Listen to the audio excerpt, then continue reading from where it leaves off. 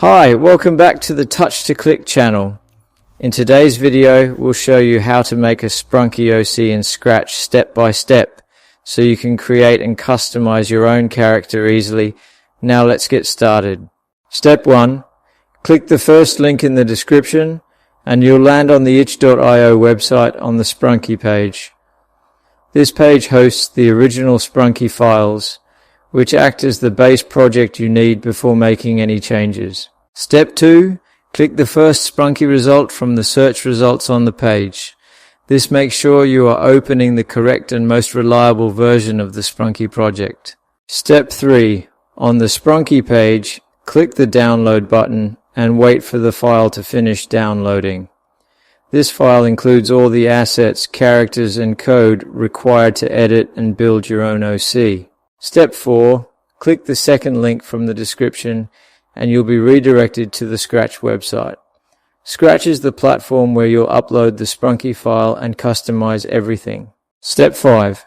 Click on the Create button at the top of Scratch to start a new project. This opens the Scratch editor, which is the main workspace for editing games. Step 6. Click on File in the top menu and select Load from your computer. This option lets you import a downloaded project file into Scratch. Step 7.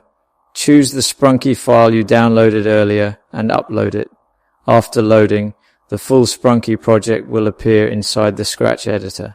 Step 8.